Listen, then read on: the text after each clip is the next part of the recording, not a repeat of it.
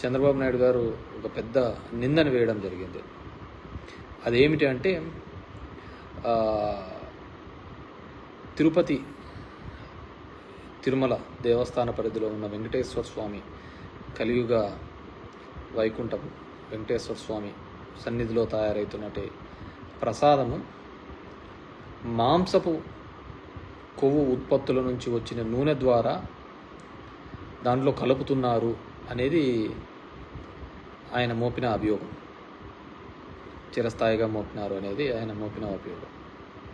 So it's very చాలా dangerous statement. ఎందుకంటే గవర్నమెంట్లో ఉన్నటువంటి ముఖ్యమంత్రి స్థాయి వ్యక్తి ఆ విధమైన మాట్లాడినాడు. సరే, అతను నిజం మాట్లాడుతున్నాడా అబద్ధం మాట్లాడుతున్నాడని ఈ ఒక్క దాంతోనే తెలిసిపోతుంది. గతంలో అతను చేసిన నిందలు అపవాదులు అవన్నీ కూడా నిజమా అవునా కాదా అనేది ఈ ఒక్క దానిలతో కూడా తేలిపోతుంది. కాబట్టి ఖచ్చితంగా వెంకటేశ్వర స్వామి సన్నిధిలో జరిగిన ఏదైనా ఉంది అనుకుంటే వాటిని ఖచ్చితంగా, ఎందుకంటే దానిలో వైసీపీ గవర్నమెంట్లో టీటీడీ ప్రెసిడెంట్గా ఉన్నటువంటి వైవి సుబ్బారెడ్డి గారు, కరుణాకర్ రెడ్డి గారు ఇద్దరు కూడా చెప్పారు, అసలు ఒక మనిషి జన్మ అయితే ఎవడైనా ఆ విధంగా మాట్లాడతాడా అని కూడా అంత ఘాటుగా కూడా వాళ్ళు స్పందించడం జరిగింది. దమ్ముంటే ప్రూవ్ చేయండి, కోర్టుకు వెళ్దామనే స్థాయిలో కూడా ప్రూవ్ చేయడం జరిగింది. నాకు తెలిసి జగన్మోహన్ రెడ్డి గారు కూడా వాటి గురించి మాట్లాడతారని నేను అనుకుంటున్నాను. మాట్లాడాలా, ఎందుకంటే గతంలో మనం గవర్నమెంట్లో ఉండి మనం మాట్లాడకపోవడంతోనే చాలా సమస్యలు కూడా మనం నెత్తికి తీసుకొని వచ్చినాం. ఊర్లో పోయేదంతా కూడా మనం తీసుకొని వచ్చి ఇప్పుడు గుళ్ళన్నీ కూడా విగ్రహాలు కొట్టేస్తున్నారని మన మీద అపవాదు వేసినారు. కానీ ఎండ్ ఆఫ్ ది డే చూస్తే ఒక చోట టీవీ కెమెరాలలో తెలుగుదేశం వాళ్ళని ఇద్దరిని ఆ నందిని తీసుకొని పోయి మార్చి పెట్టేది చూసిన తర్వాత, గమనించిన తర్వాత చూస్తే మళ్ళీ ఎక్కడే కానీ ఆ విగ్రహాలవని దొంగతనాలు అనేది ఎక్కడా జరగలేదు. సో దానికని మనం సరైన ప్లాట్ఫామ్లో మనం చెప్పలేకపోయినామనేదే నా యొక్క ఫీలింగ్, నా యొక్క భావన కూడా.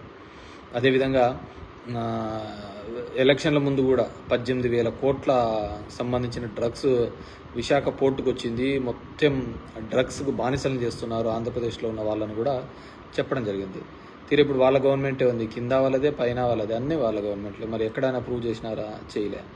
అవన్నీ కూడా కేవలం కట్టుకథలు, అన్ని అబద్ధాల మీదనే మొత్తం కూడా ప్రయాణం సాగించడం జరిగింది. సో డెఫినెట్గా వాటిని ఖండించాల్సిన అవసరము ఆవశ్యకత ఉంది. గతంలో కూడా ఇదే విధంగా జగన్మోహన్ రెడ్డి గారు గుళ్ళని పగలగొడుతున్నాడు అని చెప్పేసి మన లీడర్ మీద కూడా చేయడం జరిగింది. ఆయన మళ్ళీ క్రిస్టియానిటీ గురించి కూడా చంద్రబాబు నాయుడు మాట్లాడడం జరిగింది.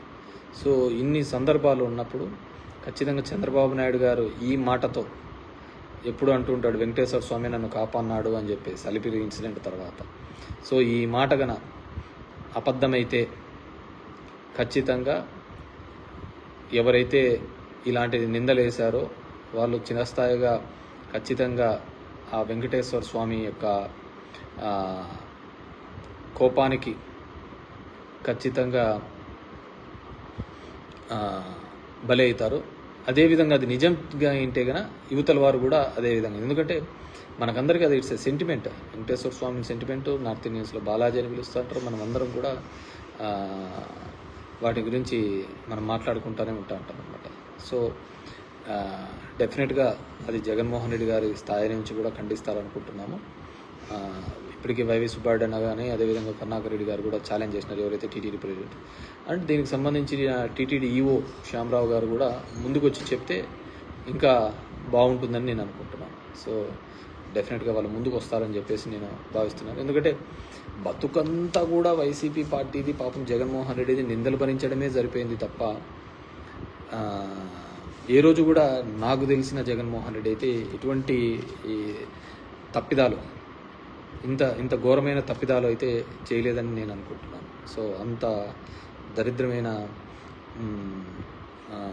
కామెంట్స్ చంద్రబాబు నాయుడు చేసినారు. ఒకవేళ ఆయనకు ముఖ్యమంత్రి స్థాయిలో కామెంట్ చేసినారంటే ఆయనకు ఏదో ఇన్పుట్స్ ఉంటాయి.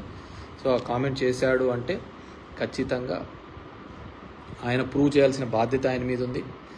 గవర్నమెంట్లో ఎన్ని ఇన్స్టిట్యూట్లలో పెడతాడో, ఏ విధంగా పెడతాడో మొత్తం విజిలెన్స్ రిపోర్ట్స్ కానీ, సిబిఐ ఎంక్వైరీ కానీ, ఎన్ని రిపోర్ట్స్ ఎవరైతే ఇన్వెస్టిగేషన్ ఏజెన్సీస్ ఉన్నారో అందరితో కూడా ఎంక్వైరీ చేయించాల్సిన బాధ్యత చంద్రబాబు నాయుడు గారి మీద ఉండదు. లేదు ఇదేదో నేను గాలి మాటల కోసం చెప్తున్నాను, ఇంతకుముందు జగన్మోహన్ రెడ్డి మీద చెప్పిన గాలి మాటల్లాగానే ఇది ఒక గాలి మాటల్లాగానే మిగిలిపోతుంది అనేది కూడా మనం అందరం కూడా వెయిట్ చేసి చూద్దాము.